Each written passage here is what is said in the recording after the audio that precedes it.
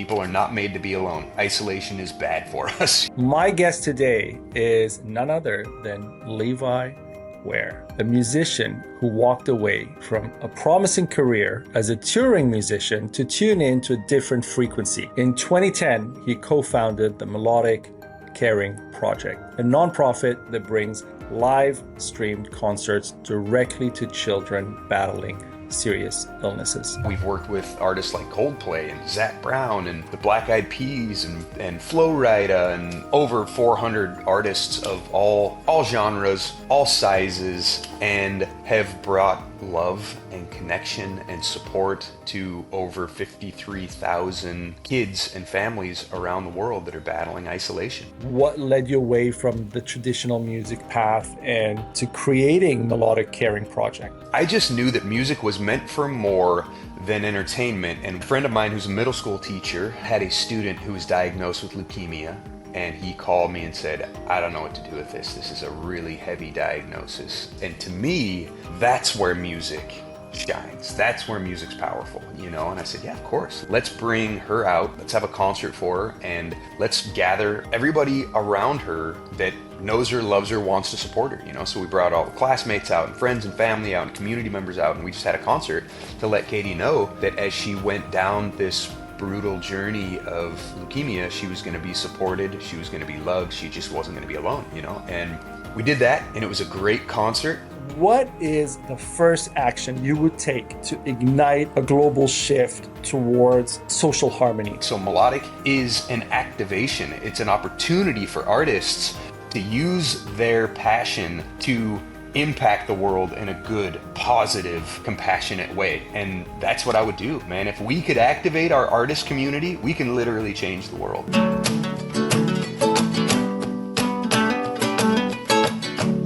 Well, I went looking for a better road, trying to find an easy way. I swear that all this trouble, it isn't necessary. But then I talked to an old man. Well, he was almost 83. He said if you avoid all the heartache, then you miss all the beauty. And he said, walk on, be grateful for the pain. That was beautiful.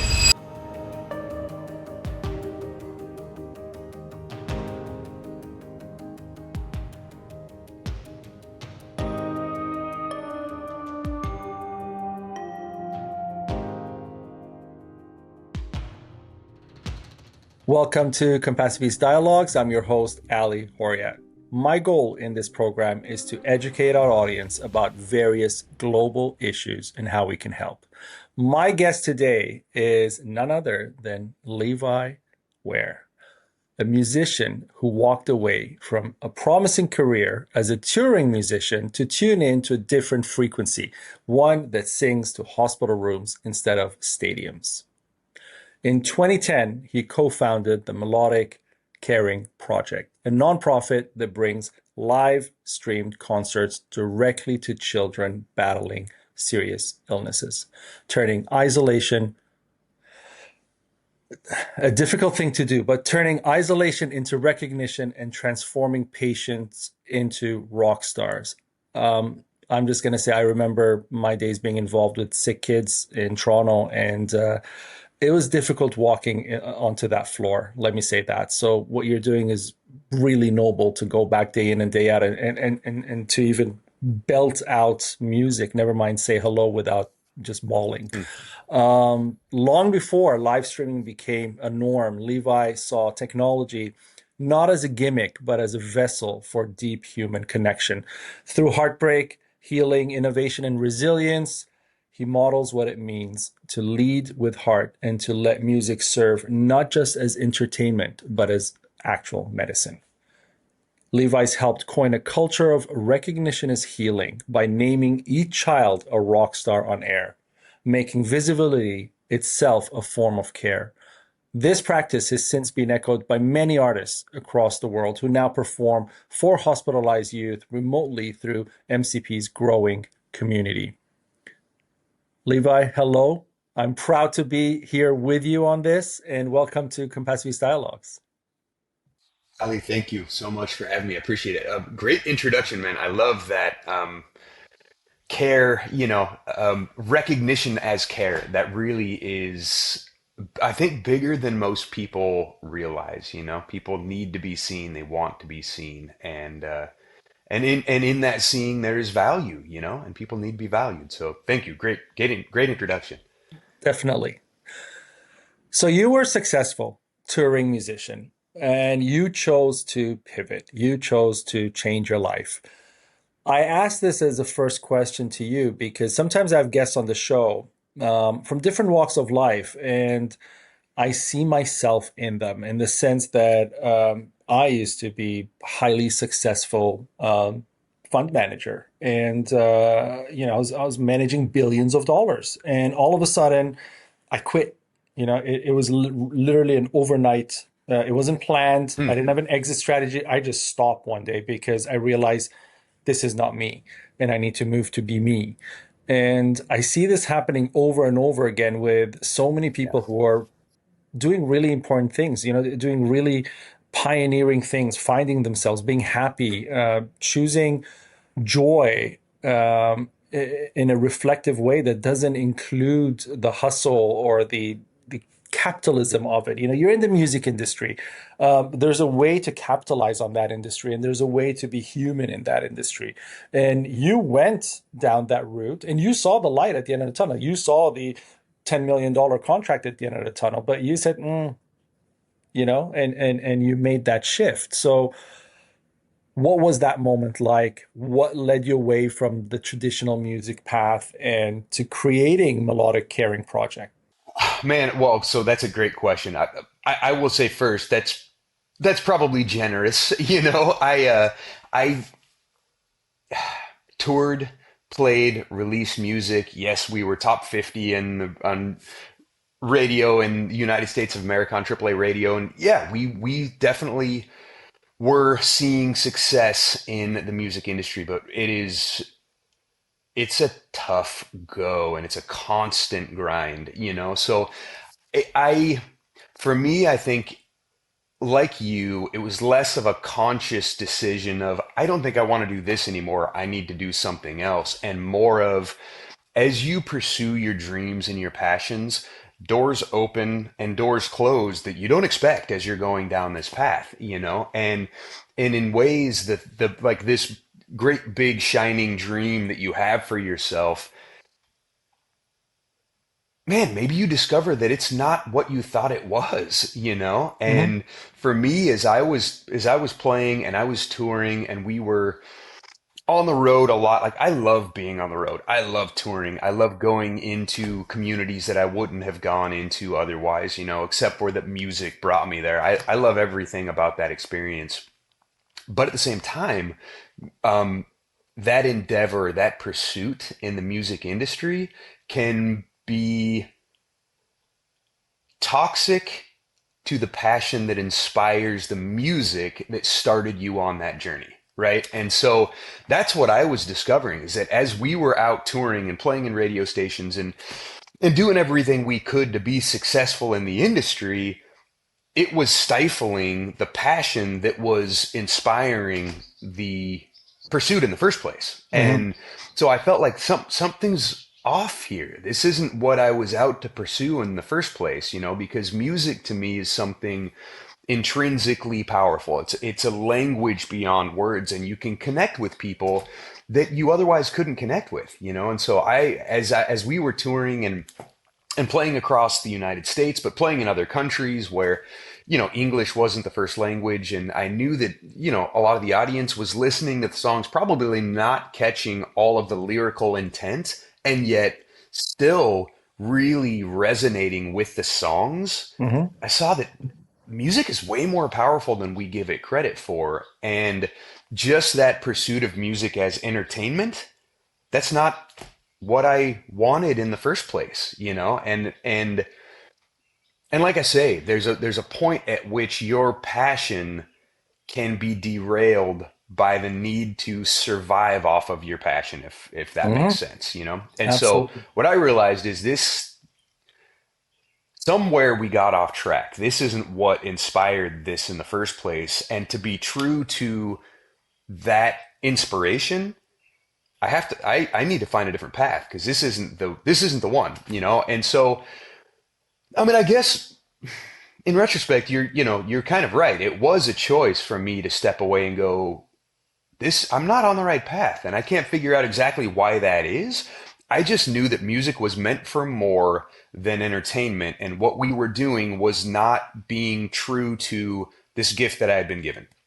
So I did step away from music. And the other thing was that that pursuit of just trying to survive off of your passion, it can be a brutal journey, and I, I'd spent 10, 15 years on the road touring out, really pursuing, thinking that this was the purpose for my life, and I knew that somehow music was that purpose. I just couldn't figure out exactly what it was. And it turned out it wasn't playing in bars and playing in clubs and playing in colleges and that sort of thing. So I stepped away thinking I need to rediscover what the passion is for this, because as we were getting more successful in music and getting more radio play and getting more opening slots for, big artists and all that sort of thing, I realized, man, I have a whole backlog of songs that we're never going to record because guess what? They're not radio songs. Well, I didn't start music so that I could write radio songs. I started music so that I could write genuine songs out of my life experience. And those are the things that I felt like people really resonated with, not just a radio hit or something catchy or this earworm, right? That has a great hook and a great melody. And so I stepped away thinking there's got to be more to it. And kind of on the way out, I recorded an album of all of this backlog of songs that were never going to be radio hits. And I really did it as kind of like a farewell to music, I thought. I thought I was moving on from music and doing something else. And so I recorded this album, never intending to release it to the world. It was just an album for my family. It was a bunch of life experiences that I had had that were presumably things that people didn't want to hear about. My grandparents passing away, and all of the struggle that I had felt with trying to pursue a dream that felt somehow incongruent with like the purpose of what I thought that dream was. It was also a long-term unhealthy relationship that I was in at the time, that, all of these things about just life and angst and that inspire songs, and so I recorded this album and I just gave it to my family. Never, like I say, intended to really release it to the world. And then through them, it started to filter out to extended family and then out to beyond. And I started to get responses on these songs about how people related to them, Hmm. and I thought, wow, how wild, as it was like the rediscovery that it's not about fame or massive recognition. It's about these songs being meaningful in their genuine form and what they are, right? And you expressing just life that people can relate to, and I started to get responses that were, to me, more significant than album sales. It was people. I got a message from a woman whose husband had passed away, and she said, your album was the last thing he listened to before he died, and it was really meaningful to him. The lyrics really resonated with him, and I just thought, man, that's what this thing is that I feel, that I think everybody gravitates towards in music. But when you turn a passion into a marketing product, then the passion can be lost, And so I was in pursuit of what that genuine passion was for music. Um, so I recorded that album, and then, like I say, I kind of stepped away with these thoughts in my head of like, wow, there is more to this, than I discovered while we were in pursuit of success in the music industry, and um, man, in life as it does, right? Like just doors started to open that I didn't see coming. I wrote a whole nother album. Released that album.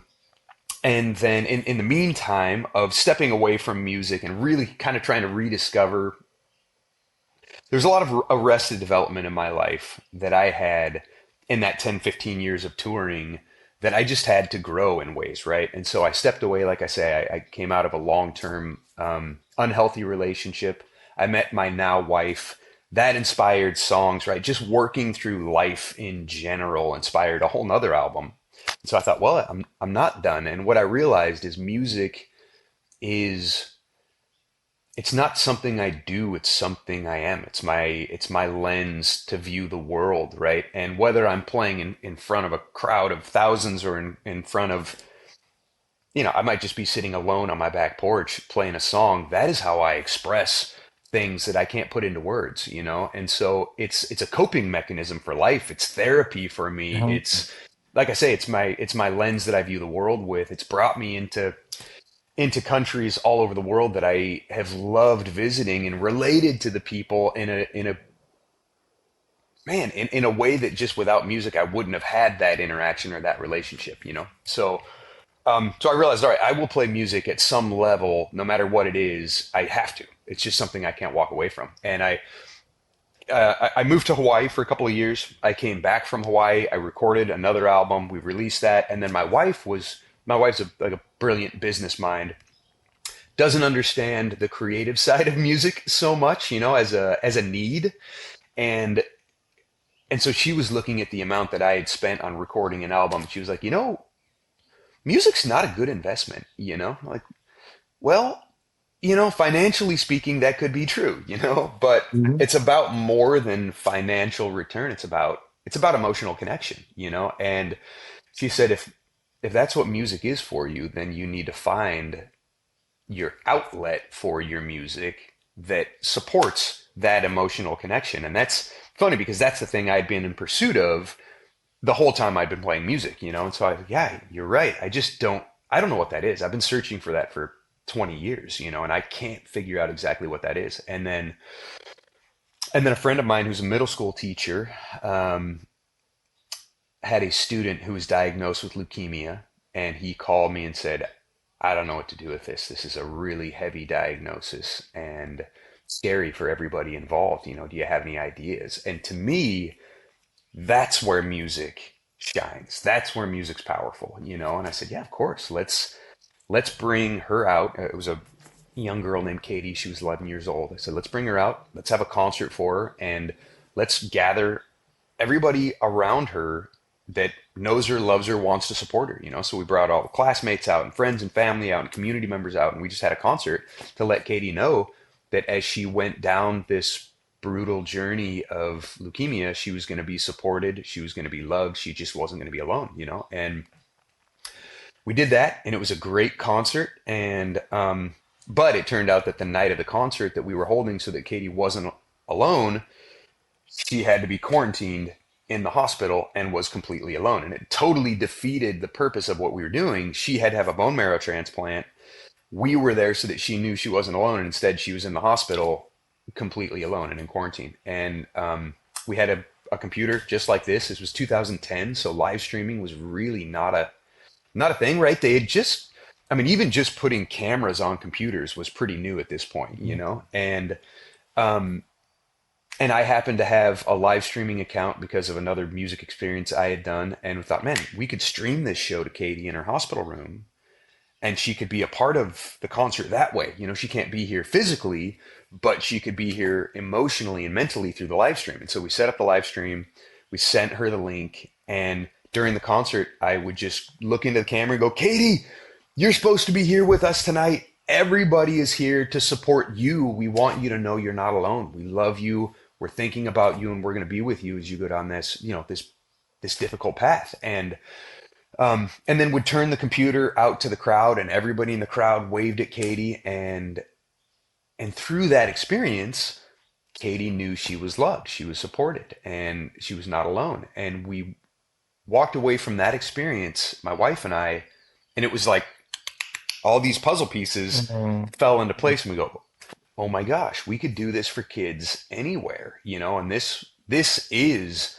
that connective, emotional, spiritual experience that music that I've always known intrinsically that music is capable of. And so we just started to do it, and it's been 15 years. And now we've worked with artists like Coldplay and Zach Brown and the Black Eyed Peas and Flo Rida and over 400 artists of all genres, all sizes, and have brought love and connection and support to over 53,000 kids and families around the world that are battling isolation. So it's been just an incredible journey. Wow, that's a story.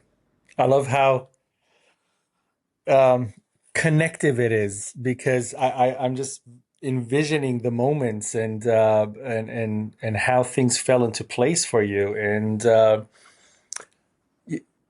sometimes you just can't help but think that for many of us, the universe signals and we miss it continuously and we live miserably and continue to live miserably and we're flooded with money even sometimes and we commit suicide Yeah. and the rest of the population Yeah. sitting there saying I he had all the money in the world, why would he do that, They've got it all. we Yep. got it all, like all the women, all the money, all the whatever cars and all the houses and all the boats, and then he kills himself. What the hell's wrong with him?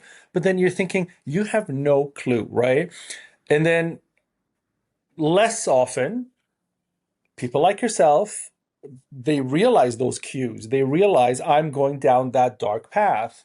I don't want to go down that dark path. And you shift to whatever else it is. You may not even know. Just like you were saying, you had no clue where you were going, but you shifted. You even put music away. You thought that was the problem. You put it away. And slowly the universe said, no, no, no, this is you. You were created for this, right? And Yep. you allowed That's right. yourself to open up and blossom and kind of be like, where? And again, that unhealthy relationship kind of playing its part out, and then a healthy relationship coming in, a person coming in. And maybe it's a blessing that your wife doesn't have the creative side of music because she has the side Yeah. that led you to where it went to, right? So that's like the puzzle coming together, right? If she was the same piece as you, it'll never make the puzzle, right? So You're totally right. all of those things are just kind of like how it was supposed to be. If you think about it, as living out what was preset for you in your best version, you actually hit that. You're actually like, boom, I hit it. I know what's best for me, and this is what I'm doing. Hmm. And nothing can replace that kind of joy because you're living your life. And through it, I think. I absolutely, I totally agree. Though I will say, I think that's a constant pursuit. I think Mhm. that one of the things we get wrong, I guess maybe as humans, right, is that we allow fear to Yes. stunt growth. And growth is always going to be something that's edgy, right? It's always going to be something that's pushing your bounds of Mhm. comfort because that's the definition of growth. Mhm. Otherwise, you're in a place of stagnation because you're comfortable and you don't want to reach out beyond your comfort zone. And Mhm. so I think that is the point, is embracing the uncertainty. We work with Switchfoot quite a bit. They're a great band, really sweet bunch of guys, and the lead singer John, he says embrace the chaos. I don't know where he got it from, but that's part of it, right? That's Mhm. life. You have to embrace the chaos. If you run from the chaos or hide from the chaos, all you're doing is stunting your own growth and your own potential, because life, man, all the beauty happens in the chaos, Mhm. and then you learn somehow to take that chaos, and because you can't live in chaos constantly either, right? There's a balance somewhere between chaos and comfort. You have to be able to refuel so that you can step back out into uncertainty. And so I think we have this way of taking chaos, boiling it down to something that's a little bit more comfortable, so you can take a breath, refuel a bit, get ready for your next step into Mhm. uncertainty. And really, I mean, that's all pursuing dreams is. You set a dream, you push yourself to that goal. There's always difficulty, there's always uncertainty in reaching that goal. Then you reach that goal, you can take a breath, then you set another goal. If you're Mhm. not setting new goals, you're not moving, you're stagnant. And that's not the purpose of life. Like you say, you're supposed to be in motion. And you know what? You look at your own body. I mean, I always tell people look inwards, and literally speaking, looking inwards here from what you say, for muscle to grow, for you to be stronger, to be able to do more things with your body, the muscle tears and it repairs and it's grown in that repair, right? And so as Yep. that happens, you're putting yourself in that discomfort of the tear. And after leg day, you can't even walk, but you do it. And a week later, you feel stronger. Your muscles can do more for Yep. you. You feel stronger. You can achieve more, and it's rehabilitated. You eat the right foods, you do the right things, you do the right stretches, and all of a sudden, it's working for you. And now you're here, right? And you were here when you started, and one day you're up here and you're doing so much more because you're able to do that. And it's the same thing in every aspect of life. And your friend John got that from a Sufi saying, which is basically embrace the chaos, which means Hmm. exactly the rest of what you said. Go out there, don't be afraid, don't sit in the comfort zone, and appreciate that. And you could have done that. I mean, when you started out, you said, oh, maybe you weren't there at the, huge contracts and stuff like that. But I don't believe in that because you never know, you never know what comes. You may Sure. open up for Coldplay one day and you become the it band because all the people at that concert loved you. And then next thing you know, you have your own concert and, it's huge and you're playing Wembley Stadium. So you never know. But I the thing is, But what's really interesting about that, because I totally agree, right? That is the nature of music, and we've worked mm, with a ton of artists that were in pursuit forever. So we worked with Rachel Platten one time, and she has that big song, "Fight Song," which back in the I don't know what it was, 2000, I guess 14, for 17, 18, somewhere in there. It was giant, right? Mhm. And she, during the show that we were streaming her to the kids in the hospitals, it was part of her message to the kids was kids just don't ever give up, right? Pursue your dream. Don't ever give up because you never know when it's going to happen. I mean, Rachel Platten, by kind of all rights, was old in the music industry when she made it big. And she told the story that she had, the previous year toured through Seattle on a bill with like five other bands, played to a venue of 10 people.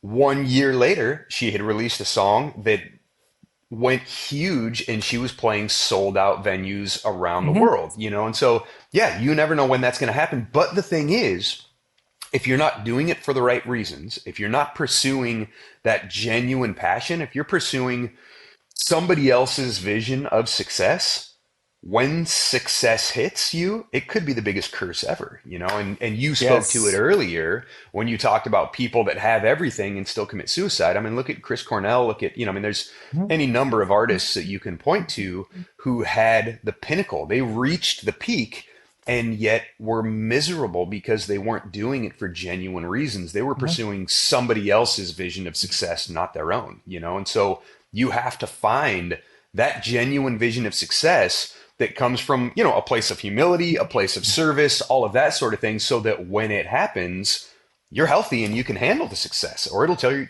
you apart. Exactly. And the success is part of what you're aiming to. So there's purpose in that success as well. Because I'll give you my own example, right? Because I know myself. I was at a point in my life where I had a few billionaires who were invested in my fund. And I would notice that I'd never get invited to their parties, their family events, and things like that. They'd always see me at my office, their office, or some intermediate city or some hotel room or something conference or whatever. And a couple of other of my colleagues or a couple of other people I knew in the industry, they would get invited to these places, and these people were so warm and loving with me, and I never understood why they wouldn't kind of let me in past that barrier, right? So I can be Uncle Ali to the child or something, right? And the pursuit of that was not because I cared about the child, it was because it brings you closer to the family. There's more trust, there's more money. That was the reality of it, okay? One of the billionaires was single. And he said to me, you know why you never get invited? He asked me, oh, why didn't you come to that party? And I said, oh, I wasn't invited. He's like, you know why you never get invited? I said, why? He's like, you're young. I was in my 30s, early 30s. Like, you're young, you're a good looking dude, you speak well. Um, there's a lot of worry inviting you, a 70-year-old billionaire Huh. inviting you when he has a 40-year-old wife. So, you don't get invited to those places because you're not stable. And I was like, oh, what do I do? And he's like, get a steady girlfriend, fiance, something that looks the part. I Yeah. actually went out and followed that advice. I went and beelined to someone who was basically, a package deal for the part. They knew how to play their part. I was in a relationship I didn't even want to be in for the pursuit. Huh. And the pursuit Yeah, for came, the and pursuit the of that money came, success. and it grew. I 100x that where I was, and here I was buying this person jewelry and cars, and presenting this person in a successful way publicly so that it brings more for me. And it was just this tumultuous disaster. It was a train Hmm. wreck. And when I left, I literally one afternoon just got on a plane and flew out of the city. I said, I can't. I was really like, ugh. And I had the same moment you did. I just pushed back against everything. I walked away from the relationship, the work, everything. I let it go. And I understand what that looks like. And I also Hmm. understand what happiness looks like with success, because now in my personal life, in my working life, I don't see this block. I don't see a door that I have to open to go from one to the other. It's so beautiful that what I do, me here with you right now, is part of my personal life. Is part of my happiness. It's part of what I love to do. I love to take you and let you shine for what you do. It's part of what I Hmm. love to do. It's not me clocking in, watching the time, being like, okay, next question, Alan, we Yeah. have to finish this Yeah. at Yeah. this time. Did you do the marketing question? Is the audience going to follow this? I don't care. I don't care if 5 people watch this. I don't care if 2 million people watch this, because I love to say I had the best time of my life doing this right now, because this is what matters. And when it comes to music, I've never played in front of an audience. I write music. I create music. I have a few poetry books out. I write. So I do a lot of that art altogether. Um, and I love nothing more than to see music come back to its purpose, which was Hmm. expressing, right? It was never, like you said, about the money or about the radio hit and any of that. And like yourself, I've traveled a lot in my life, and some of the most beautiful experiences I've had without being able to communicate in any language was, sometimes you go to a concert or something of a foreign artist, like you're in Turkey, in Istanbul, and you go to a Turkish artist, concert, and they have this one song that's so nationalist or prideful for them, and you see people in tears and they're Yeah. crying, Yeah. and you're crying too, and you don't even know one word of what's going on, but the No idea. music kind Yeah. of Yeah. Yeah. sinks into Absolutely. you, and your body shivers along with them, and you're like, why am I feeling this way? But I'm feeling this way, right? And so you go to, a Greek wedding, and the music just like goes into you, right? And you don't speak Greek, but you're dancing with them, right? And you're doing the right steps because you feel the beat and everything. And so Yeah. it's way beyond what people think or imagine that music is supposed to do, or is meant for entertainment. Entertainment is a small part of it. And I always give the example of country music. I tell people, whenever you ask people what kind of music you listen to, nobody really starts off with country music. You don't often hear it, but then it's always in the charts. It's always important. It always has its place, not just in the US, around the world. The reason is the music resonates. Country is about your experiences. That's where it started. Even you go back into its Yeah. blues and Storytelling. everything else. It started with storytelling. The singer-songwriter of today, Yeah. it's that with a new kind of hit beat for youngsters, so to speak, or difference for youngsters. But really, it's that storytelling, right? Now you take that back Hmm. culturally, and you have chants in indigenous communities, and older ancient music was essentially that storytelling, and Yeah. so that's what music is about, really, right? And so I always tell people, and then you look at the events, these one-off things that I wish would have picked up. I grew up 20 years of my life in Toronto, Canada. And in the early 2000s, I don't know if you know this, but there was this SARS. epidemic in Toronto, in Canada, Yeah, parts of yeah. Canada. And so the Rolling Stones came over after it was kind of over, and they did this charity benefit concert for Canadians going through SARS. And one of the events was in a big park in Toronto that they had the concert, and so I was there. I was at the concert, and I was like, this is amazing. These people are here. I mean, the Rolling Stones. We're not talking about, a local band that's just around Yeah, the yeah. corner. The Rolling Stones decided to gather all their gear and come together and make time in their schedules and fly all the way out here and up north, middle of nowhere to do a concert because they care. Wow, and it was one of the most beautiful concerts, and it was amazing. And to this day, I talk about it, and I've Mhm. designed something at Compassiviste because of these amazing ways that music has helped around the world, and exactly to what you do. And you're the living experience of what we're trying to do through music at Compassiviste. Mhm. You're actually doing it, right? So it's uh, it's beautiful. That's all I can say. What are you doing with a guitar? Tell me Well, that. I didn't know if you were coming back. I didn't know what was happening, so I thought I'll play a song until Ali makes it back. Okay. All right. Are you playing the song, or are you stopped? Would you like me to play a song? Sure. Go ahead. All right, let's do it. So this is a song. Uh, Man, it feels fitting for our conversation. It's called No Easy Way. And I think, that's the reality. If you are in pursuit of that genuine passion, that inspiration that breathes life into you, it's not going to be easy. Not going to be an easy Mhm. journey, but the struggle, the chaos, like I said earlier, is where all the beauty happens, right?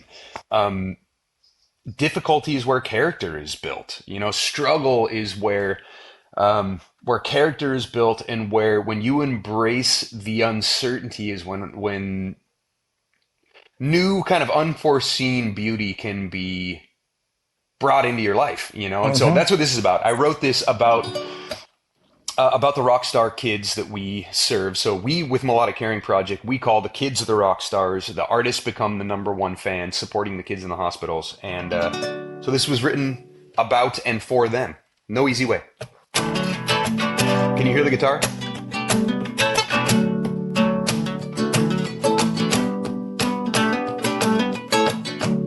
Well, I went looking for a better road, trying to find an easy way. I swear that all this trouble, it isn't necessary. But then I talked to an old man, well, he was almost 83. He said if you avoid all the heartache, then you miss all the beauty. And he said, walk on, be grateful for the pain, because nothing beautiful grows without the rain, without the rain. And I promise you, my son, there ain't no easy way.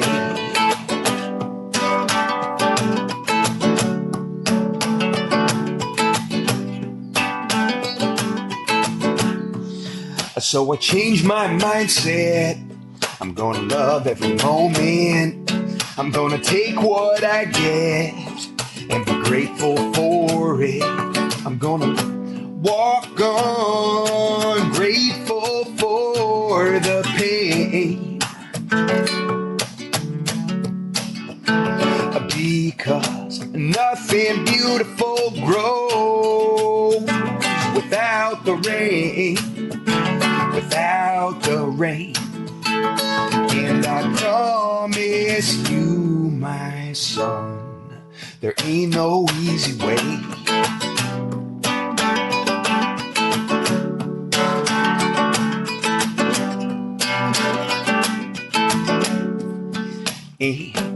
Everybody wants to know the seeds they sow. We're gonna grow up in the sun.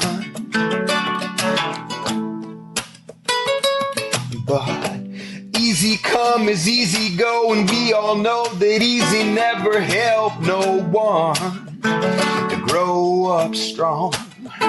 The night is long. Everybody needs a shoulder to lean up on. Until that sun comes back up, I'll be right here to help you be strong. We'll walk on, and we're gonna walk on, grateful for the pain. Because nothing beautiful grows without the rain, without the rain. And I promise you, my son, there ain't no easy way.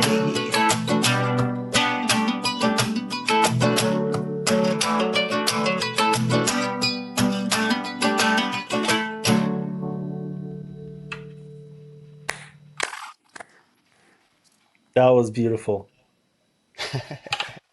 Touching Thank too. you. Very touching. Man, it just seems right, just right in line with the conversation we've been having, that Definitely. it's, yeah. And I think there's something interesting. I feel like a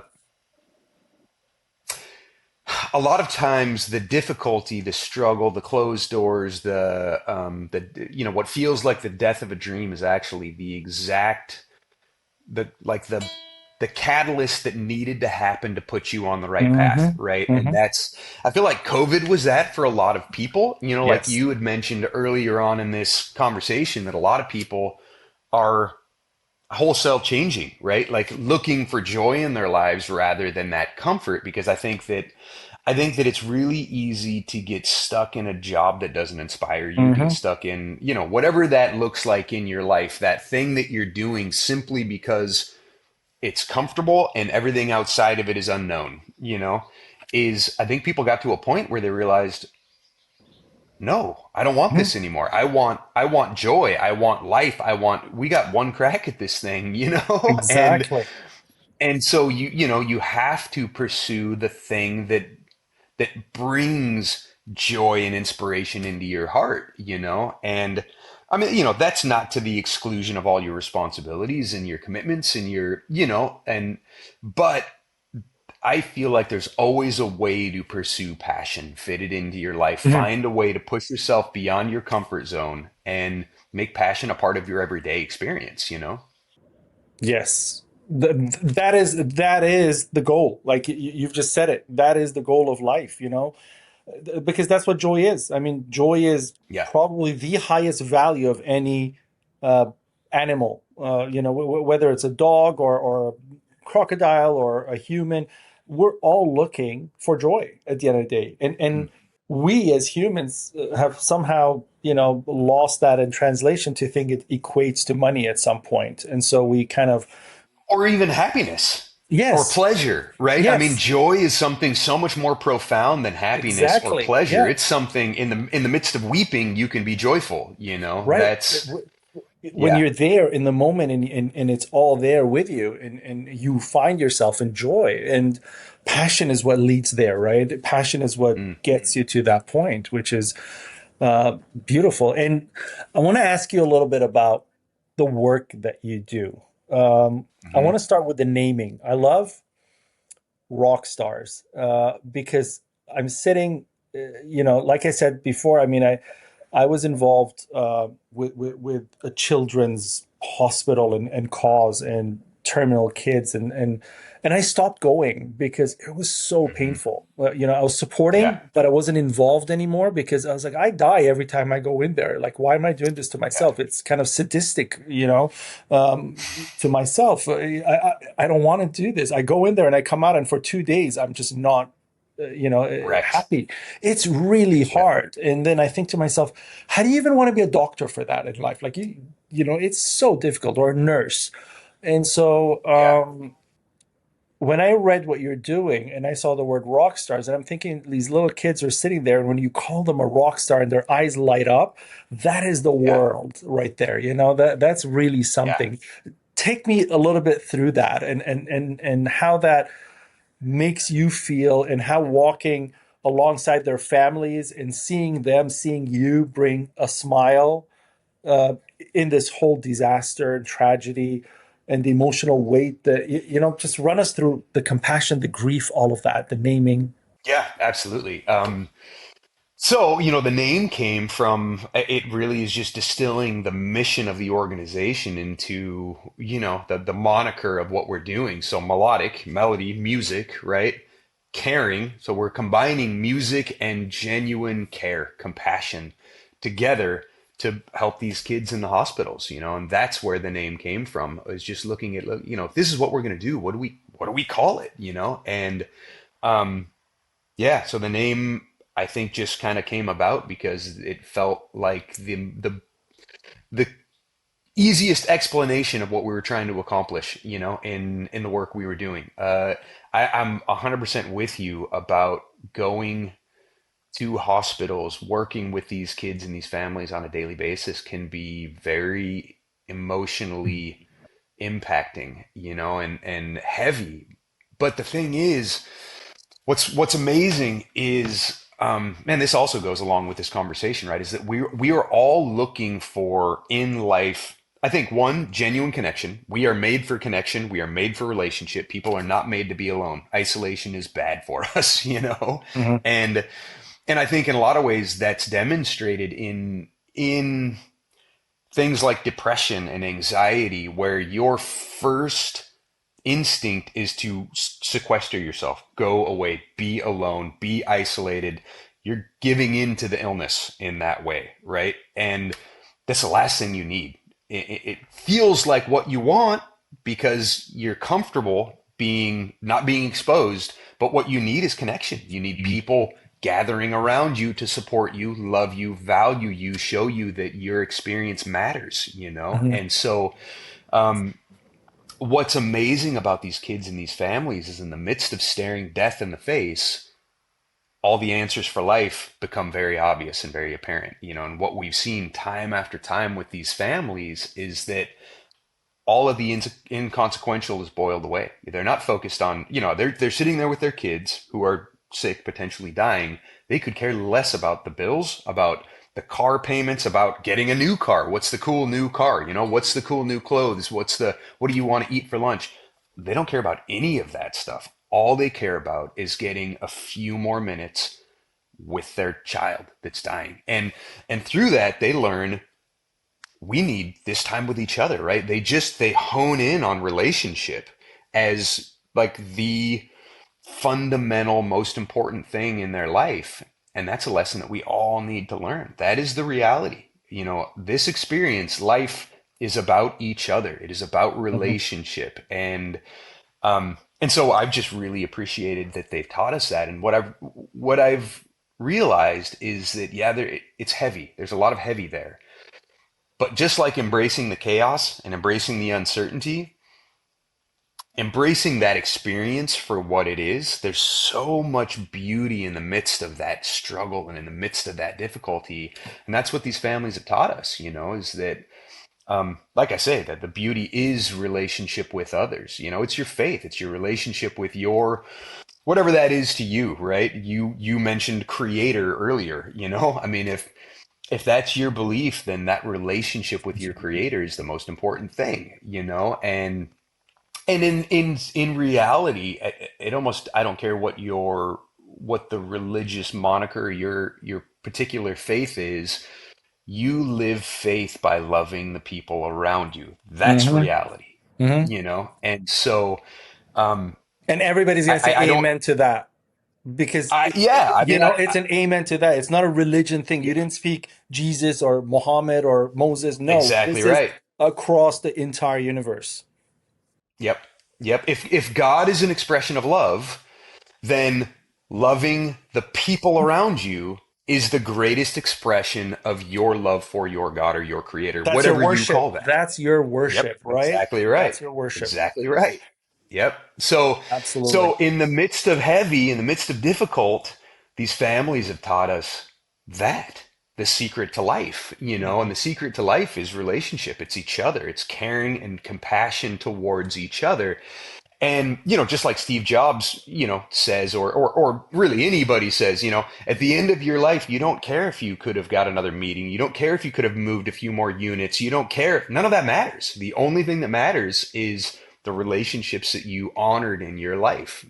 So that's what we have found in the midst of the struggle and the difficulty. And the other thing is that, yeah, it's hard. It is difficult. And we've just wept so many times through this project, through Yes, this I know. experience. But weeping's not bad. Crying No, is not bad, no. and our souls need that release. I Mhm. think it makes you healthier if you are able to release that and not bottle it up.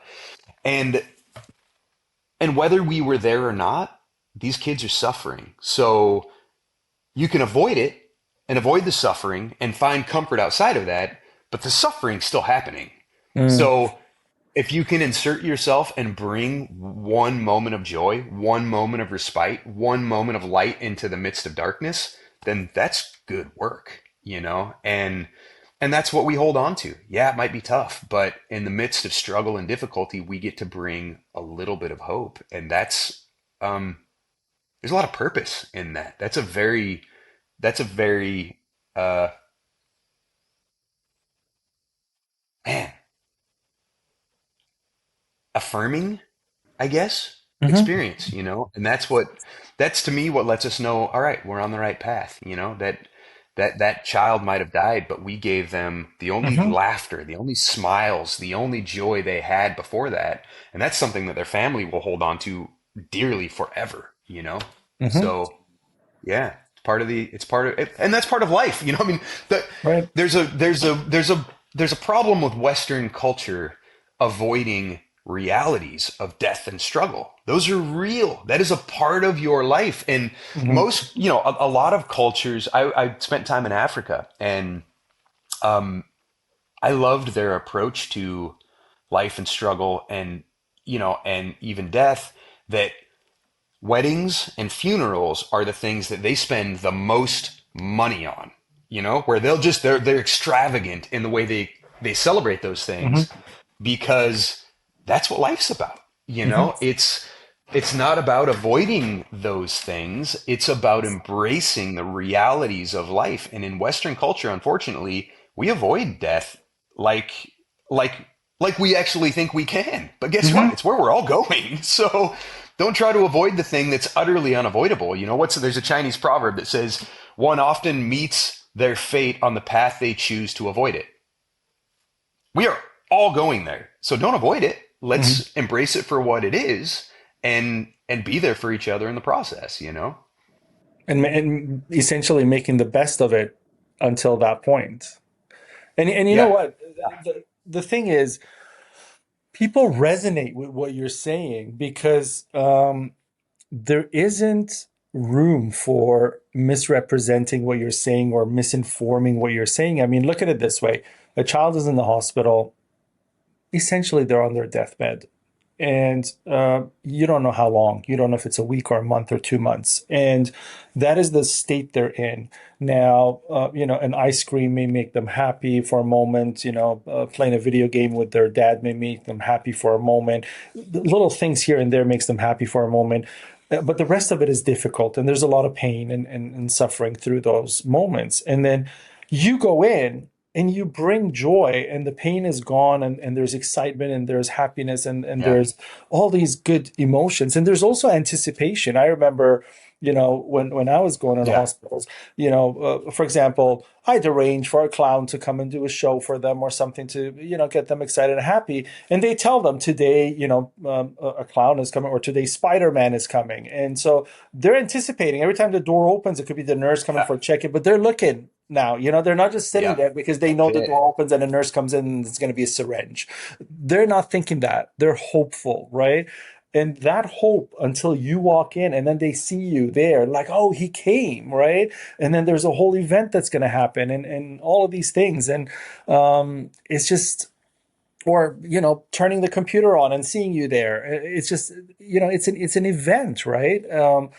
And you can't discount that in a sense. It brings joy. So there's no way to discount that. You may, some people are skeptical in certain ways. And I say, what's skeptical about somebody bringing joy to people?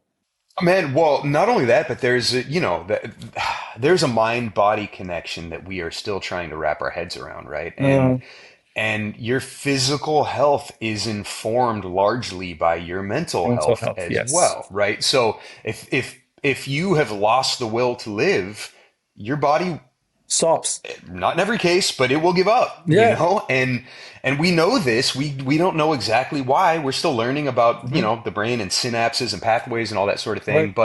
But there is a very powerful mind body connection, and for these kids, if they think that all they have to look forward to is, like you say, needle pokes, nausea, pain, anxiety, fear, then that's a very difficult place to fight for your own health, survival, recovery from, right?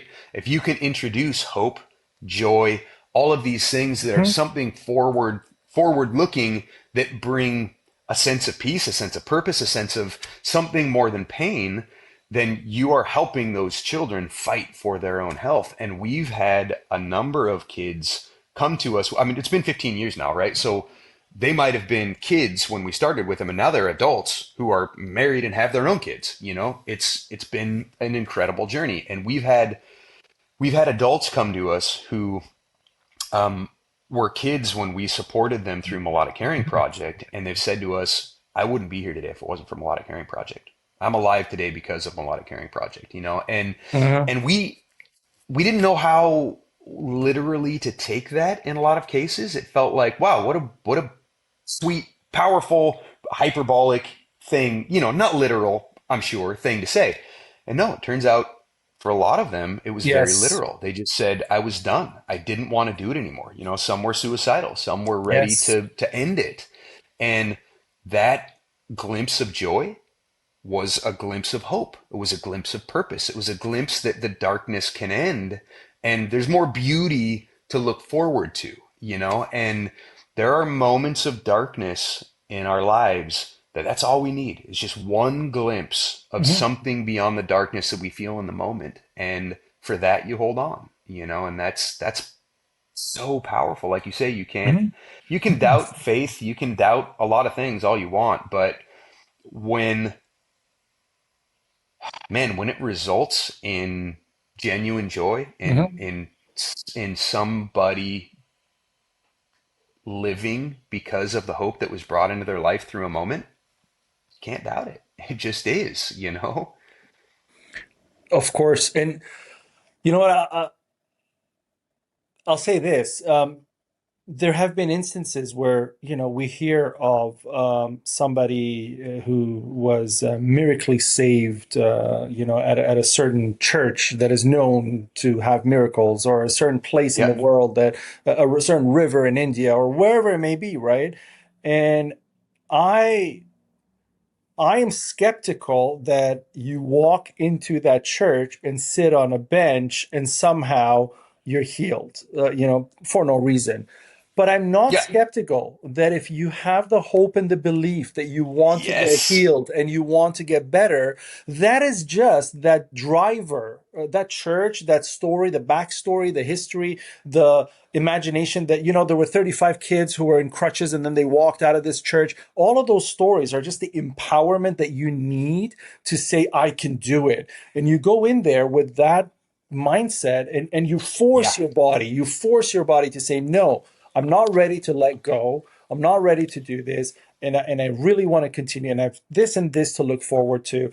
I'm not quitting right now. Your body gets up, the cells talk to each other like, okay, I guess we got to repair this, whatever it is. What do we do? They go back to the drawing board, they fix their area. You go to the doctor looks at your chart, says, something's wrong. It's a mix up. Maybe that wasn't your chart. I got to figure this out because it makes no Yeah. sense. Right. And then you're Yeah. like, of course it makes Yeah. no sense because medicine cannot explain this. Right. Like, Yep. there was a case, actual case, somebody I knew um, healed from cancer. They were wealthy. They had gone to John Hopkins, Mayo Clinic, all these places, right?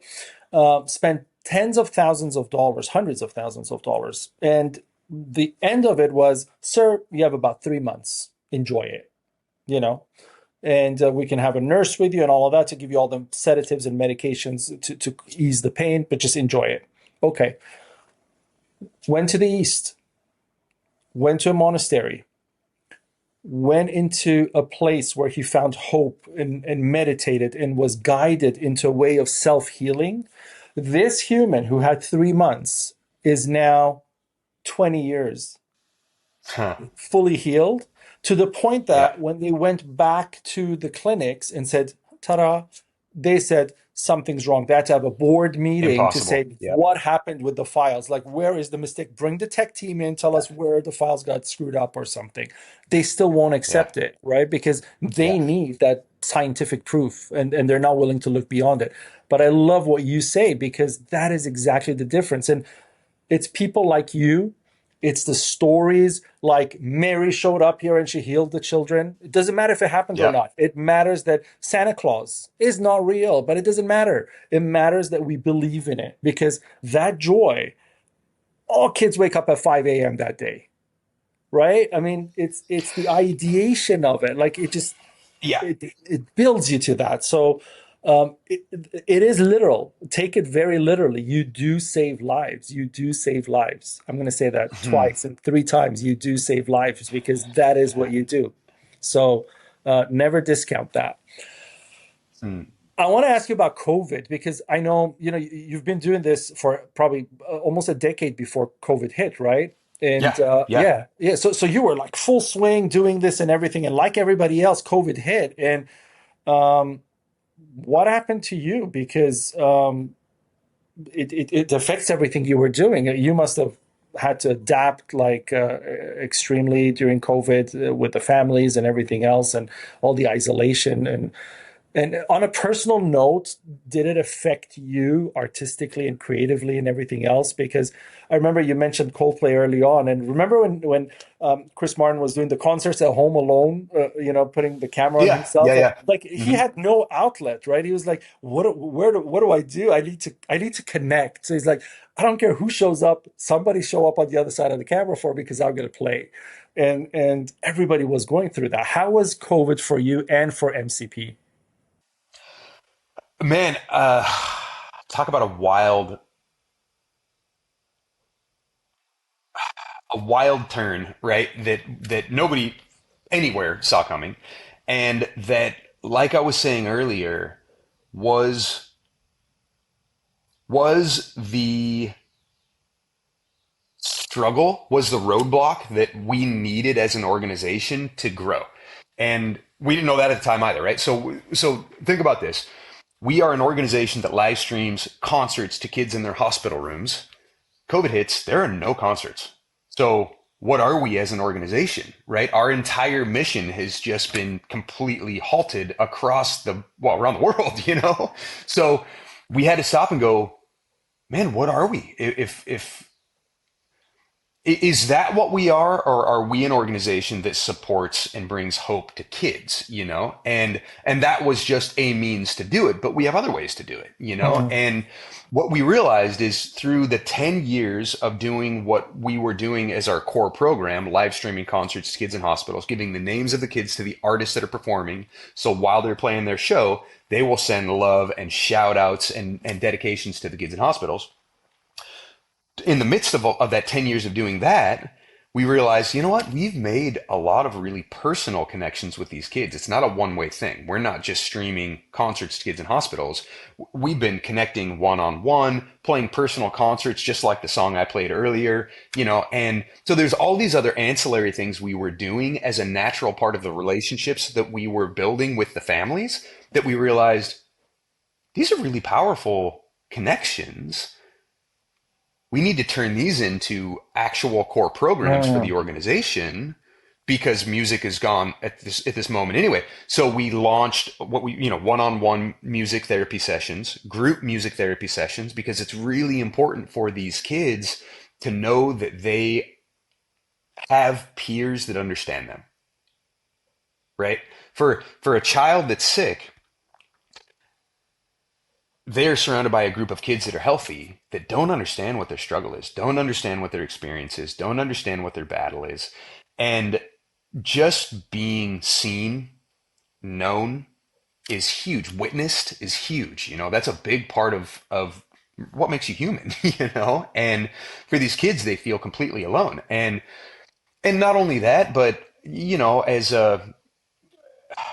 a kid, anywhere maybe up to like 16, 17, there's not that cognitive ability to come and have that conversation. I mean, if you're an 11-year-old, you can't go to your 11-year-old friends and go, "Let me tell you about death and cancer." They Uh, don't want to hear about it. And so there's a natural receding that happens. The kids friends back off because the diagnosis scares them, the subject scares them. mm, So these group sessions are an opportunity for our rock stars to be in a group of other kids that just know what they're going through. They don't have to stop. They don't have to explain it. They don't have to, talk about what it is to go in for procedures or needle pokes or nausea medication and they might talk about it, they might not. We'll just sit around and laugh and write songs together or play games together or, let them connect. But then on any given group session,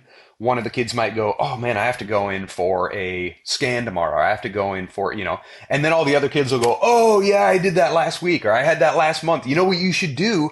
You should bring in some lemonade because after they pull that tube out of your stomach, it tastes terrible. Take a sip of lemonade, and there's all of this just automatic relating that happens to the experience, and those kids don't feel like the odd one out. mm. They just feel like, "Oh hey, great, that's a great idea, I'll do that." So it normalizes that experience of something that to everybody else is very unusual. And there's beautiful healing that happens in those sessions just because of that intrinsic understanding of what each other are going through. So that became a core program.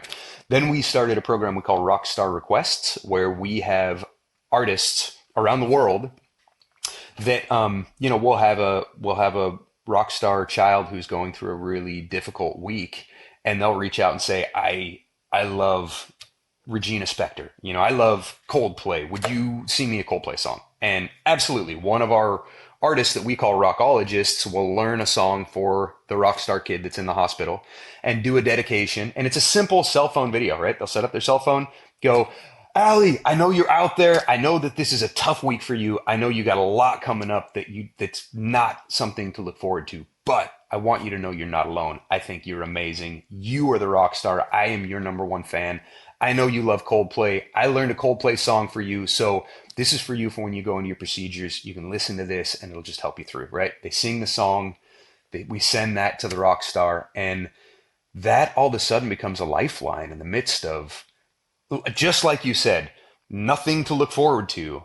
All of a sudden they have something good, something beautiful, something that they can go, "This is tough. I'm going to listen to that song again, or I'm going to watch that Mm. video again." And they'll watch it 10, 15, 20 times to get them through that moment.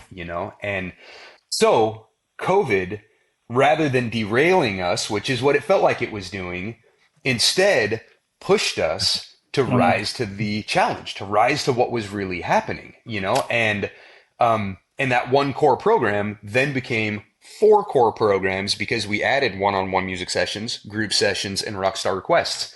And that was exactly the growth that Melodic Caring Project needed, not just as an organization, but as a source of empathy for these kids, right? Because the rock star or the live concerts we were streaming were random, they were periodic, Mhm. they're great, they're amazing experiences, but these kids are on a constant struggle, right? Not on a, "Oh, we have a show in 5 days." They've got 5 days of hell between Mhm. now and when that show happens.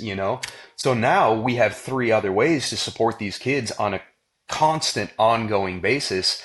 And it opens it up so that artists anywhere can join in this experience of their passion becoming medicine, becoming love in action for these kids. All of this emotional side, all of this creative side. Before I ask you the last question, I want to ask you this shorter piece. how do you manage all of this? Because in the real world, it costs money. In the real world, Hmm. if you have a billionaire grandpa, or if you're from the Walton family or something, I understand. But if you don't, Yeah. um, how does explain that?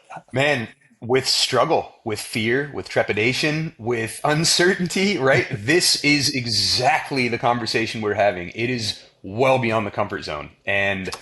Um and it's taken years, to so we when we launched Melodic Caring Project, I was I'd stepped back from music a bit. I was trying to figure out what the path was. I was working construction, which is something I've done my whole life.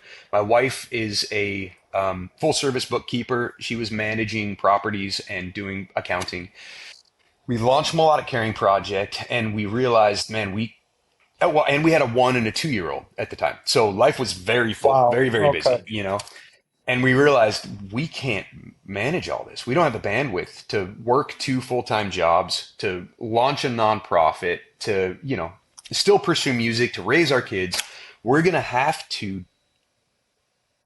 make a jump somewhere. We're going to have to commit to this or walk away from it because we can't Uh-huh. do everything. And so we decided, okay. And what we would do is I was working construction at that point 5 days a week away from home. So I was traveling, doing construction. I'd come home on Friday, be with my family Friday through Sunday. I'd leave, Sunday evening or Monday morning to go to work again. And my wife and I would spend every Friday. I'd get home on Friday. We would focus on Melodic Caring Project, trying to develop the concept of what we had discovered through that one concert we did for Katie. Right? We realized this is an amazing opportunity. What does it look like? How do we, if we wanted to pursue this, how do we pursue it? And and at the time we thought somebody else has to be doing this. It's too impactful. It's too easy. It's Somebody has to be doing this. And so we just started doing market research. I would come home on Friday. We would look at, okay, let's just research who else is pursuing this sort of thing as a business or as a nonprofit. And it turned out nobody is. Like, how's that possible? We just Amazing, happen to be right? ahead of the curve through this Uh-huh. experience that we had gone through. And so we thought, okay, nobody's doing it. We have to do it. It's too good to not pursue. So we started to pursue it. Okay, what does that mean if we're going to pursue it? Um, well, okay, it's going to be a nonprofit because nobody's going to pay for this service, at least to start. So what does it mean to launch a nonprofit? Okay, well, we need a board of directors. So we started to call around and, right, were figuring it out as we went along, outside of comfort zone, right? Everything beyond that Hmm. sense of like comfort, peace. I know what my day entails for me. So we just started doing it. My dad, who I've worked construction with my whole life, um, incredibly compassionate, very supportive, but never really understood what music meant to me. And through my 20 years of touring, got to the point where he was like, son, it's time to get to life. Come on, you got to get to that sort of thing, right? Right, right. Well, I get it. he came out to the concert for Katie, and he came up to me after the show, put his hands on my shoulders, and went, I get it.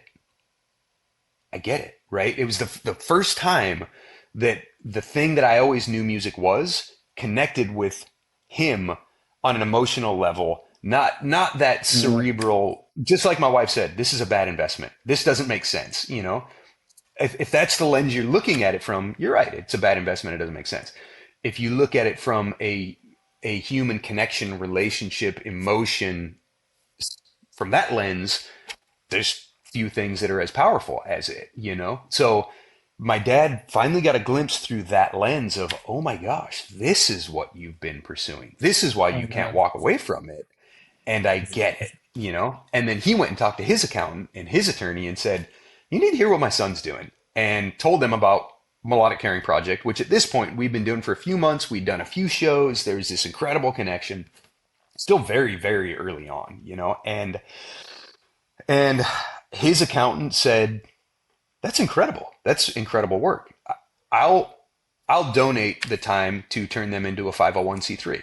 And the attorney Mhm. said, That's incredible. I'll donate my time to incorporate them so that they can become a 501c3. So before we knew it, as we were pursuing how to turn this into a functioning business or a functioning endeavor, a project, they had turned us into a 501c3, and we next thing we knew, we're like, holy smokes, we're a fully functioning 501c3. So Mhm. let's just start doing it, and that's how Melodic started, with a lot of uncertainty, and so we were working. I was coming home on Friday. We were having conversations about, okay, what do we do? How do how do we know when to fully commit or not, or walk away, one or the other? Because we can't. It was too much to balance, like I was saying, Mhm. and we decided, okay, either somebody's going to come along who recognizes how good this work is, and they're going to support the work, which will allow us to continue doing it, or we'll form a partnership with a major hospital or something like that. And that's what happened. We had a major children's hospital got a hold of us and said, we love what you're doing, and we want to partner on this. So I came home. I'd been gone all week working. I came home, and Stephanie, my wife, and I had this conversation of, okay, we have a major partner that wants to join with us. Are we ready to cut off our paychecks and jump into this thing? We had Uh, 6 months of reserve in our bank account, and we thought, okay, in 6 months, we'll somehow figure out how to fund this organization. And so I hung up my tool belt, and she was still doing some property management and that sort of thing, because we could manage that. It was from home, but we lost our paycheck. Our main, our bread and butter was gone. And so we started doing Melodic Caring Project full time. And at the end of 6 months, we had no funding, but these remarkable stories of connection and mm. hope and really what matters in life. And so, okay, so let me go back. This was 2010, right? There was the crash of 2008. Eight, And so yes. everything was still in turmoil in Mm. 2010. And another part of the calculus that went into our decision making process was, my family had been in construction my whole life, right? So pretty volatile. There was a lot of up and down in our journey. Um, my wife's dad had been a 30-year corporate guy, like Hewlett Packard, just doing the Mm. slow, steady grind, Right. right? Of this work is not inspiring. I am not passionate about it. But like we were talking about, right? Just caught in the comfort of, this is what makes sense, you know? It pays the mortgage. We sleep comfortably at night. That's all that matters. Exactly right. Yep. It's the comfort. And in 2008, all of those rules went out the window. There was no loyalty, and he got canned. After 25 years with the company at this point, he was let go. And my Steph and I, we looked at each other and we said, "Man, if life's that uncertain, right? If work is that uncertain, if you can pursue something that you don't even enjoy just for the comfort and the stability of it, and it's not stable, or if in my family's experience, you can do the thing that there's great risk, great reward, um, but that's not certain, then what do we want for our lives? And what we decided is, we want something that we believe in. We want something that speaks to our souls. And that's what Melodic Caring Project represented. So we walked away from the steady, the stable, and focused on Melodic Caring Project. 6 months in, like I said, we had no money coming in, but we had connections with families that we just knew, we can't walk away from this. And so we walked away from our house, and we had to give our house back to the bank. We couldn't afford our mortgage anymore. And we moved into an apartment at my parents' house, and focused on Melodic, just continued to do the work. And man, it's never been stable. It's never been, what happened is, rather than the work becoming stable, we became more comfortable with instability. And we believe 100% in the work we're doing, and we've done a bunch of things to make it more predictable. Hmm. So we do an annual gala where people can come out and support the work. We have partnerships now with like we had a partnership with Primera Blue Cross where they could show that they are human, they care about people, right? We're not just a corporation. They would come into the hospital with us and make visits, and then we would create videos for them to show that they care about people, right? And so there's a lot of different ways that Melodic survives now, but it survives off the goodwill of people that believe in the work we're doing. And um, donations and people coming out to our galas and events and supporting, and that's how Melodic survives. It's free to the kids. It's free to the hospitals. We didn't take a paycheck until COVID hit, so we donated our time to build Melodic Caring Project until 2020. We donated 10 years of time, and we did a lot of, well, another thing we did is we're essentially a production company, video production company. Hmm. So as we walked away from the work that we knew and was stable work, we started video production because that's what we do. We film live concerts, we stream them to kids in hospitals, and then we launched a for-profit video production company along with the nonprofit Melodic Caring Project. And we started doing some corporate work, and that made it also possible for us to continue just doing the work. Like I say, we weren't getting paid by Melodic, we were getting paid by our secondary jobs Hmm. so that we could support Melodic Caring Project. But that's been the path, and it's been uh, a test. It's been a test of faith. It's been a test of resilience. It's been a test of commitment. It's been but it's been the most rewarding, difficult path I've ever experienced. I think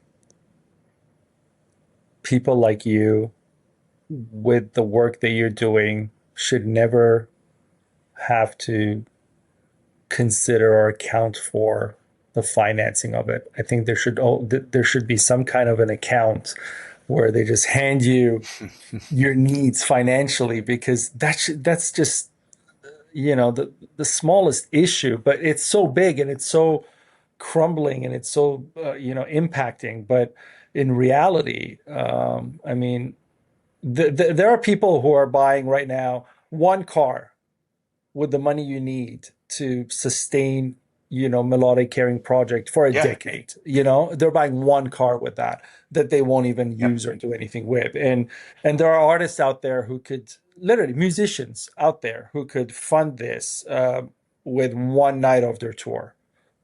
Yep. And sometimes I wonder if it's they don't know you exist, or if it's they don't care you exist, because I'm stuck between the two. I'm stuck between maybe they've never, maybe you're under this rock that nobody's seen you, that's why you're not finding it. And then sometimes I say, in this day and age, with the work of Melodic Caring Project still being so unique, it's not like you have 800 different companies doing this and you got No, no, shoved for away. sure. It's It's still still so absolutely. unique. So, with that uniqueness, with the digital age we're in, and with the impact of the stories that you see on social media, with your involvement, it's kind of like, how do you miss it? So, no, it's maybe people don't care. I don't get it. How do you not care then? The questions are so, like, you just can't sleep at night when you think about, how is this happening financially? Yeah, I mean, this is the human condition, right? I mean, this is the thing that we've been trying to figure out about ourselves for our entire, since humanity began, right? I mean, our entire written history. If you look back to our oldest wisdom literatures, Hmm. this is the crux of the question, you know? And it's, I think it's interesting. In some ways, I think that it's not anybody's responsibility in a way, right? So you can't No, expect that no, somebody's going to do it. no. I'm sorry. I'm sorry, Levi. No, I think it's moral obligation if you have morality, if you have Oh, so I agree. ethics. I agree with that.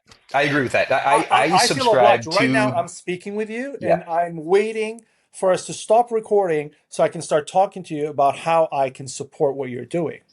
Right? Because I feel morally obligated right now. I can't, and I've said it on the show right now. We are going to support what you're doing through Compassiviste and in every way that I can. However, I just can't walk away from it. I hear this and I can't Yeah. walk away from it. I'm ethically involved right now. The universe has Hmm. dragged me here and said, how dare you walk away, kind of, right? Like that's the scenario Maybe you're it's in. that, right? It's interesting because I think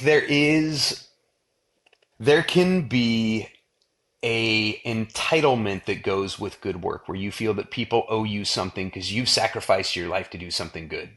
Nobody owes you anything. That's what's Nobody owes hard, you right? I mean, anything, but no, what they don't owe, no, Levi, they don't owe you, but they owe Melodic Caring Project. There's a difference.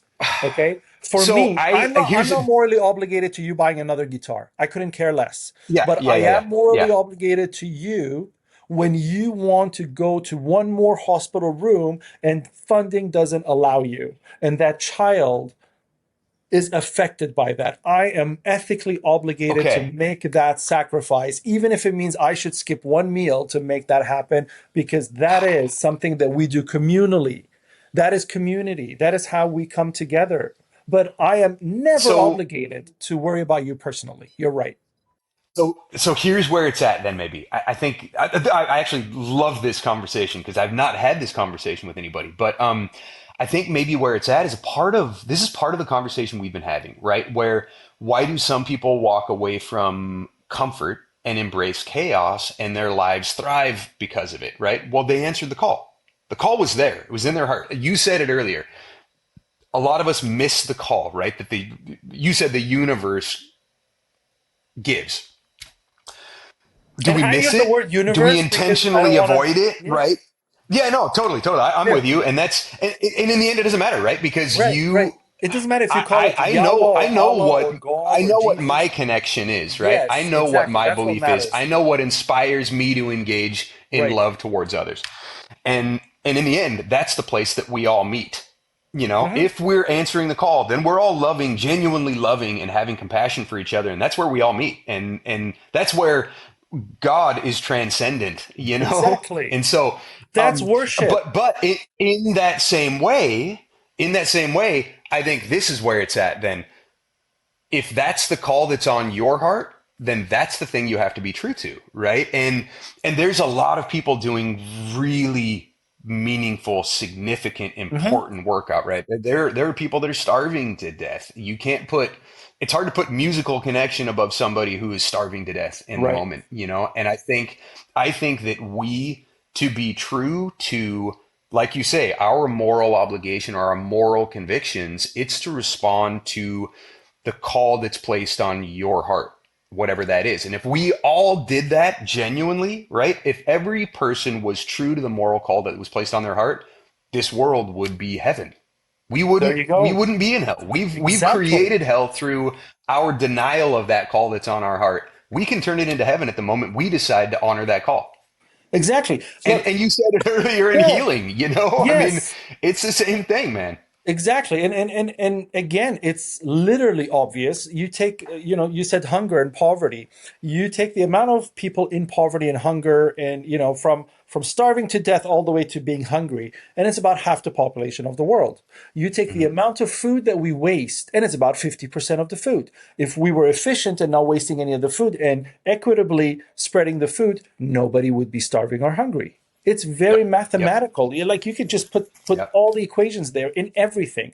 If we were able to support you to the tune of $1 million a day, you could not just do the hospitals. You could also go to the starving people and say, "We're Oh, doing a concert for the starving. We're yeah. also doing a concert for the animals suffering there. We're also doing a concert for the refugees here. We're doing all Refugees, sorts of absolutely. Yep. we're doing all sorts of Yep. stuff for all sorts of people, right? You could do all of that. Yep. But what's stopping you is not that you can't answer the call. What's stopping you is how the hell am I going to get on that space, right? Because That is that's the 100% it. energy. The energy is There's no in the lack of money. need. No. Yeah, there's no lack of need and there's no lack of resource. What there is the lack of the desire to connect those two things. Yes. And for the people to connect, because I think and and I was there, unfortunately I was there, and I kick myself every day because of it, because I wasted so much of my life doing it the wrong way. I went to galas, Hmm. you know, the big ones, the big hospitals Yep. and the big organizations, the ones where the tables cost $10,000 and stuff. And you know why we wrote checks? We didn't write checks because we cared. Because half of Marketing. the places Marketing. and taxes. Half of the places that I Yeah, wrote yeah, checks to, I had absolutely. no clue who they were. Yeah, I'd get something yeah, in my email or in my mailbox. Back then there was still mail going on, and thank you for your donation. These children, blah blah blah. I was like, when did I give to these people? How much did I give to these people? I had no clue. But why did I do it? Because yeah, that night there was a hot girl across the table from me, and I wanted to yeah, impress her, so I wrote that $50,000 check. yeah. But was I ever connected? No. Did I ever care about anything? No. My only connection was to my greed, was to my addiction, Hmm. was to satisfy that addiction. And it is an addiction. I tell people addiction is not just snorting cocaine, it's also counting your No, money. right. It's also counting your money because, like, that's Oh man, driving look you. at social media addiction, right? It's Yeah. it's it's the need for recognition, the need for likes, the Yes. need Yes. for yeah, And it's the yeah. lengths you go through morally and ethic, like all sorts of pain and suffering you put yourself through. I remember, one day I was talking to a person, and mid conversation, she's like, "Oh wait, I need to do something," and pulls out her phone, and I'm on a Zoom call, right? And she's doing. I was like, "What happened?" And we were on very different time zones, and so it was like her 2 in the morning, but we arranged the call that way. She was fine with that, and she said, I had to post something now because this is the time that gets you the most engagement or whatever. Oh I was like, gosh. so what if you weren't on the call? Because I'm not a social media guy, right? Yeah. I never had it. Yeah. And so I was like, what? Oh, I have an alarm. I wake up and I post. That's You wild. see, but then I think to myself, but I transitioned. I was able to Uh-huh. transition. I was Yeah. able to go Yeah, yeah.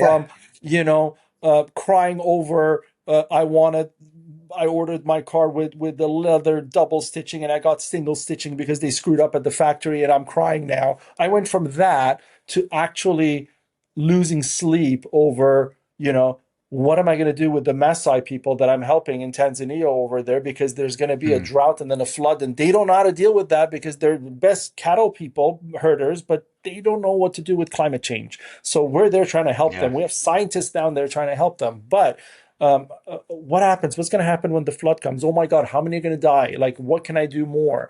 Who am I going to call to do something more? Right? These are my Yeah. worries today. Like, I lose sleep over these issues. I don't lose sleep over the nonsense that I used to lose sleep over. And I think to Yeah. myself, then people have that capacity because I was the worst of it. I was Hmm. I was number one in the line of that capitalist craziness, right? And if I could go from there all the way to this side of the story, anybody can do it and everybody should be doing. So now I don't accept any reasoning or excuses for this, immorality when it comes to compassion, which is why Compassiviste, it's compassion in action. The word means Yeah. Yeah. compassion in Yeah. action. Like that's where it comes from. Um, and I find it's fake when people have compassion and they don't act on it, which is another moral side of it for me because you walk by in places like New York and Toronto. I mean, it gets freezing cold in the winter, and you walk by homeless people, and you Yeah. have compassion. You may even shed a tear as you're walking by because it's free, or you're driving in your car, your heated seats, and they're freezing, and you shed a tear, or you give them $5. But you have no action in your compassion. You never stopped and Yeah. said, how do I put you in a house? How do I help you get out of that cold? So whether you had that compassion or didn't matter. Didn't matter. You might as well have blasted your music, not looked to your left or right, and Hmm. just went along and enjoyed your life because it didn't matter that you shed a tear. What matters is that, you know, Melodic Caring Project goes into the space. You act on that. Hmm. You're not, if they came to me and said, Ali, we found this guy, his name's Levi Ware, really cool guy. He sings music for sick people. I don't care. I would never have interviewed you because who cares? Sure. You're Yeah. making Yeah. money off of that. You are making money off of your songs. You probably never donate to the people that you're singing about, anyways. But when it comes to me and I look at it and I see, wow, this guy left everything to come over here and do this actively full time. And now you tell me the rest of it. I lost my house. I did this. I did that. Myself and my wife and my two kids and, my parents and her parents and everybody would just, this community of people who are involved in doing this. Even if we don't have water to drink at night, we're still doing this. That's a different kind of commitment, right? That's a different kind of thing. You cannot see that and walk away from it. So I'm sorry, but it gets me riled up when people say you're not obligated. No, you are obligated. So remember that people are obligated to support what you're doing because it's the morality of what you're doing. I appreciate that. The Civil Yeah, I War really was a do. morality, right? I mean, the North-South War in the Yeah, United yeah, yeah, States, it was a moral issue. You couldn't walk away and say, "Well, yeah, it's not my problem. I don't own slaves. It's not my problem." No, no. You have to be yeah, a part of what's going on. And it was that vindication of the collective that was able to make the country that you're in today. Otherwise, yeah, if people thought the way you were expressing earlier, you wouldn't be here in that free state that you're there in your privileges with your yeah, constitution. But yeah. we've lost that No, somewhat along the absolutely. line. And well, for sure. And it's, I mean, it's Gandhi's idea of be the change that you want to see, Yes. right? It's not about hoping or wishing for change. It's about being the change in any, and Mhm. that doesn't mean, I think that's another thing that we get wrong is that we think that change means big wholesale. Yes. I think one of the reasons why people don't engage is because they feel overwhelmed by the amount of change that needs to happen for this to become a moral, compassionate world, right? But the reality is, if everybody did very small actions in their day to day life, that change would happen and it wouldn't feel Yes. like a major change. It would just be a redirection of us as a species, you know? Yes. I mean, and it's so easy and small because look, really quickly, every income earner, every person who gets a paycheck or makes money in the United States, only the United States, please go and deposit $1, just $1 into Melodic Caring Project's account. Melodic Caring Project is going to wake up tomorrow with $50 million minimum. Yeah, Minimum. That's yeah, how easy it is. And I'm not talking about a yeah, monthly donation, one time donation of $1 by every income earner. I'm not talking about people who don't have money. No, I'm talking about people who are earning. I would even, go crazy and say everybody who earns more than $50,000. You would still make over 20, $30 million yeah. It'd still be, into your account to yeah. do the work you want to do. But where is that? Where is that? That's the thing. And that's what we're trying to do over here, right? We're trying to Hmm. communicate with people that we can somehow amplify and lift and allow that good work to overcome the darkness of not being seen. Because that's part of Yeah, the evil of it for me. It's part of the evil of it is you're swept under the rug when something that shouldn't be is highlighted, you know? yeah, And yeah, yeah. it makes a big difference. So, anyways, now let's end on a good note. And I want to ask you this. Let's just, for one quick second, assume you are the most powerful person on earth. You're the president of the United States, the first touring musician president of the United States. and you have all the influence in the world suddenly, right? But on a serious note, what is the first action you would take to ignite a global shift towards a social harmony, that compassionate living? What do you think is that igniting thing we need to do? Oh man. Okay. That's a huge question. Yes. And what I love about the question is that it's going to be unique to every person answering it, right? Mm-hmm. Because they know the thing that is powerful to them. And this whole conversation has been about how I know, I don't question, I don't wonder, I don't think. I know unequivocally that music is a powerful, intrinsically powerful force, you know? Mm-hmm. So here's what I would do. And it's funny because it's exactly what I am trying to do with Melodic Caring Project. It has become, I didn't see it when we started, but as we have been as we have been experiencing Melodic Caring Project and talking to artists and seeing how an experience with these rock star kids inspires the artists in return, right? We talked earlier about how the music industry is a brutal industry. Uh, That when an artist becomes a product, becomes their own product that they have to push, it's the death. It can be the death of the art. It can be the death of the inspiration that started in the first place, right?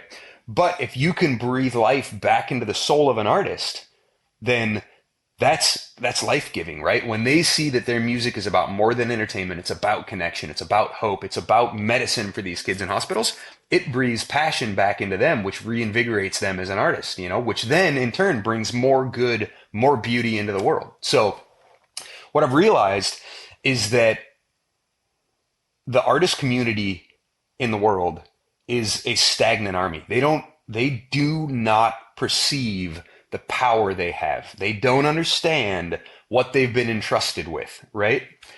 So my first step as anybody with influence, I mean, it is the step I'm trying to make right now, mhm. is to inspire artists to recognize the beauty and the power of the gift they've been given and to use it intentionally, right? Don't go out and just make an album so that you can continue to play music and you can stay on tour and you can have so much more intention around what you're doing. And what you want to do as an artist is connect with people. That's the whole point of sharing your art, right? Is to connect on an emotional, a psychological, a spiritual level with your audience. And if you go as you approach your concerts, look at how you can do it with love, with compassion, with intention, with empathy, and that's all Melodic Caring Project is. It is. So Andy Grammer told us it's one thing to go out and do kind things for people. It's another thing to create the ability for everybody to do kind things for people. And that's what he was talking about Melodic Caring Project, right? So melodic is an activation. It's an opportunity for artists to use their passion to impact the world in a good, positive, compassionate way. And that's what I would do, man. If we could activate our artist community, we can literally change the world. And that's my endeavor. That's the endeavor of the Melodic Caring Uh, Project. I see that. Believe me, I see that. I understand exactly what you're saying. And I will definitely have more calls with you to make that happen. I love what you're doing. Levi Ware, Same. thank you very much for speaking on Compassiviste Dialogues. And thank you and thank the universe, God, Jesus, whatever you call that entity, for changing your career path. Because if it wasn't for that, you would have made a couple of albums and been somewhere in the universe on Spotify, but I would have never met you, and none of the good work you've done would have ever happened. And the guitar wouldn't have become a beacon in your hand like it is now. It would have just been something that you use on stage. It was an instrument like everybody else. The stage you have is a sanctuary now, whereas that Mm. stage that you were on before, it was just a dirty bar stage with beer spilt on it. And, it wasn't all that. And where you are now is just so sacred that, it's different. And you spread love and hope to children in ways that medicine can't. When you think about some of the medicine they get, worth thousands and tens of thousands of dollars per injection, and here you are, offsetting that in the sense that this medicine is going to give them maybe a day, maybe half a day, maybe this whole blood transfusion is going to give them another 3 days. They have to do it every 2 days. And you come in with one song, and all of a sudden the child has a whole week, month of hope Hmm. in them. So when you look at all the value that you bring, it's really, maybe you don't see it. Maybe sometimes you're in the middle, in the thick of it. You don't see it, or Yeah. just like the people who live in a beautiful island beachfront in a home that costs them $10 to build, and you're thinking, "Oh, if I could live like you, it'd be a dream." But they don't see it that way. They're like, "Look, this is just home," and they don't Yeah. get it. But you're like, "Oh, that's a dream for me when I retire." So maybe that's the case. But you're really doing something powerful. So uh, you know, every note of compassion we choose to play might just carry someone through their darkest hour. This is something you Yeah. said earlier today. And knowing that you do this to shed that moments of light, to shed that moment. Like you said, even if I know this child's going through complete suffering and I'm going to take one moment of that and make a light, it's worth it. To put your whole life in this gamble, in a sense, for that purpose.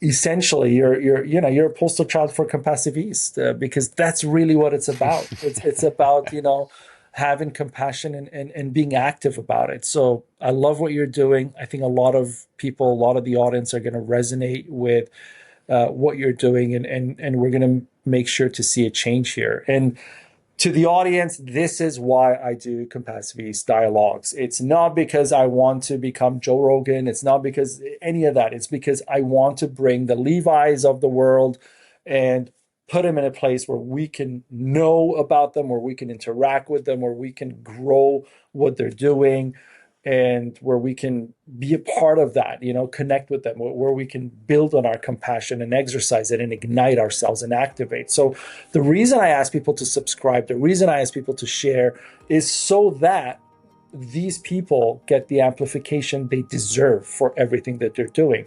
All the links to the Melodic Caring Project, Levi Ware, everything he's doing and his projects are here below. So click on them, go directly there.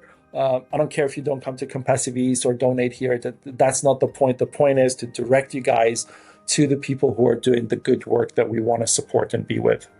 We're here to help change the world together for the better. I'm Ali Horiat.